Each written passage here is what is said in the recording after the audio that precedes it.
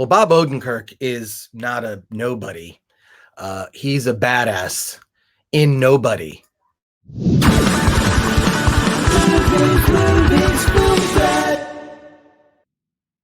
Welcome to the Film Threat Podcast. I am Chris Gore. If you've been a fan of Bob Odenkirk as long as I have, you know about Mr. Show. You know about him in, of course, Breaking Bad and Better Call Saul. Better Call Saul. He's a badass in that too. It's amazing that he had roots as a comedy writer to come into this stage in his career. If you saw Nobody this past year, wow, what an amazing action film! Like just action sequences that I feel are just over the top, and you wouldn't maybe have expected it from Bob Odenkirk, but he trained 2 years for this role. And I have the director Ilya Naishuller here, who's going to talk to us today about Nobody. Ilya, thank you so much for being on the Film Threat Podcast. My first question: Bob Odenkirk trained for 2 years for this role. What went into that training? He was clearly dedicated to it. I mean, when he was shooting Better Call Saul, he was actually working on this training. Like, he was so dedicated. What got you to get him to commit to doing it, and what went into all of that training?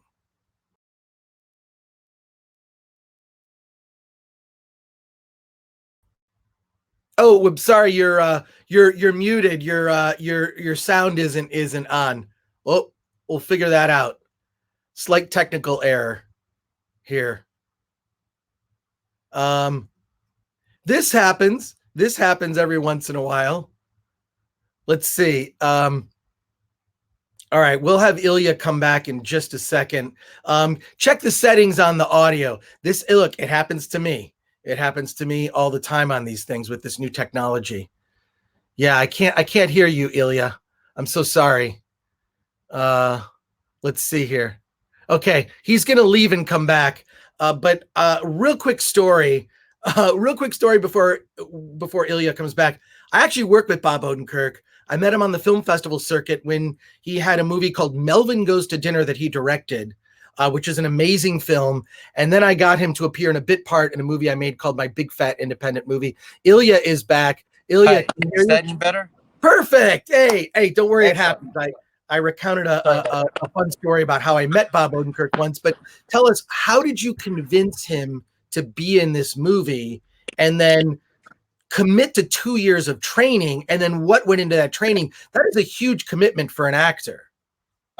Well, first of all, I didn't cast him as a star in this film. He cast me as a director. So thanks, Bob. And in terms of his practice and 2 years of rehearsals and stunt training and fight training and gun training, it's because Bob thought that he was to try his hand at an action film. He wants to make it properly. He wants to make it really as realistic as he can.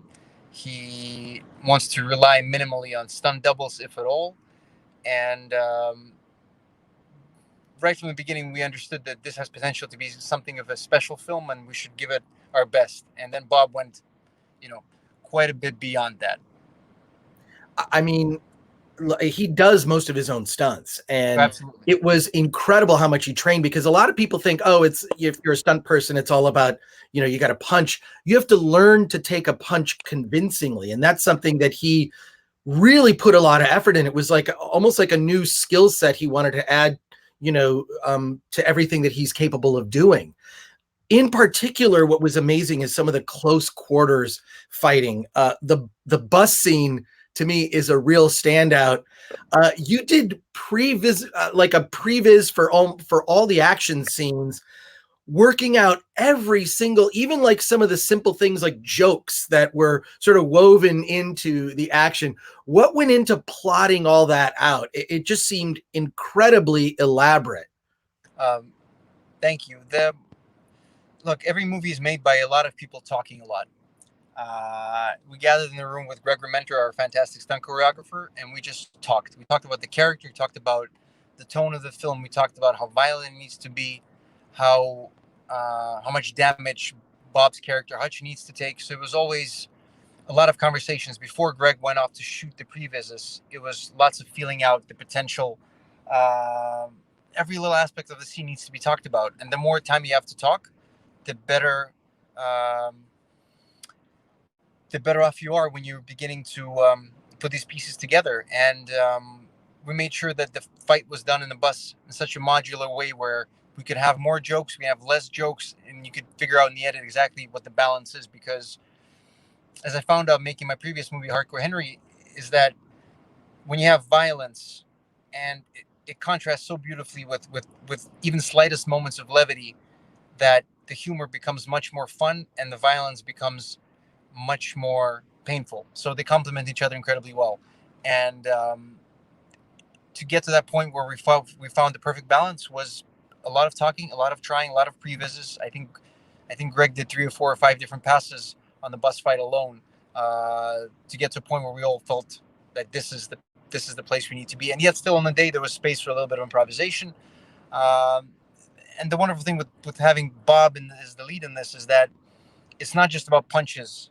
It's not just about cool stunts, which are obviously very important, but you can do a close up on Bob, and in 2 seconds, even less than 2 seconds, he sells so much of the character going through and emoting through what he's feeling. So it's not just about punching people, because there's plenty of movies that do pure action, they do it incredibly well, but it's just so much more exciting when you have a great character and a good story, and then you can focus on that and surround it with all the fun stuff of the action and excitement.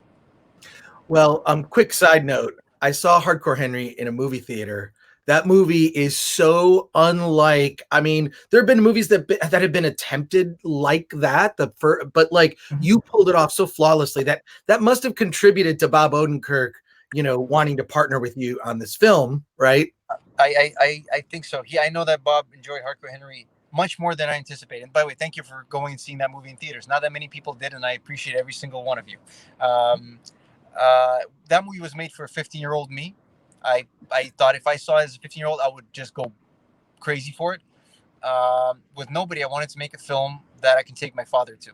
I wanted to have a movie that he's always taking me to movies since I was a little kid, and there's not much I can take him to anymore because there's a lot of the stuff that's in theaters now. It's all very big CGI heavy blockbusters, and I thought, well, here's an opportunity to make something that people that have mostly migrated to streaming services and to sort of the good dramas now on TV. And I thought, what if there's a movie that has actual dramatic elements, but is also audience friendly and popcorn friendly, and you combine the two and you make a good movie that happens to have action in it rather than a good action movie.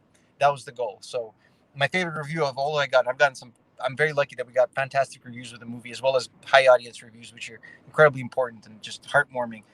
I showed an earlier cut of the movie to my father, and it was without the sound effects, without the VFX, without the music, and it was all just me kind of going, oh, there'll be this stuff here.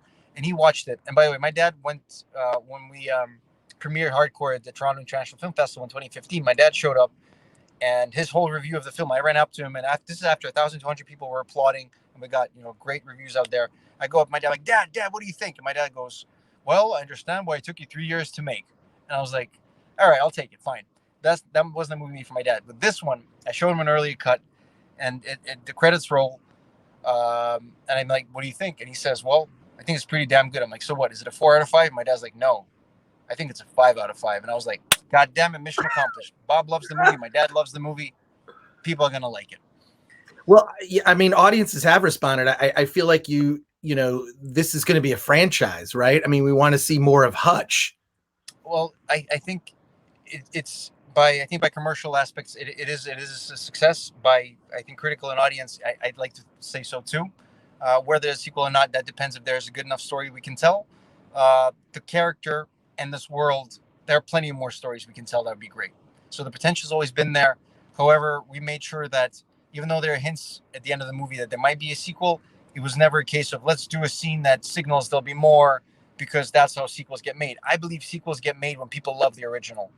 And all my favorite movies that do have sequels, they are all amazing standalone films first and foremost. So we made sure to make the best film possible. And hey, if the world wants nobody to, then hopefully there'll be an opportunity to tell that story. And I want to also thank you for, on the Blu-ray and digital release, there are extensive extras where you detail and reveal how you did. I mean, the home invasion scene and how you map that out. I mean, you think these are simple things when you see them on the screen, but every detail is attended to, and you show how these scenes were evolved and developed. I mean, it's one thing to write it on the page, but you worked out every one of those scenes. So I want to thank you for that you actually were, revealing some of the secrets. Are there some secrets that maybe had not been revealed that you kept to yourself that you can tell us right here, right now?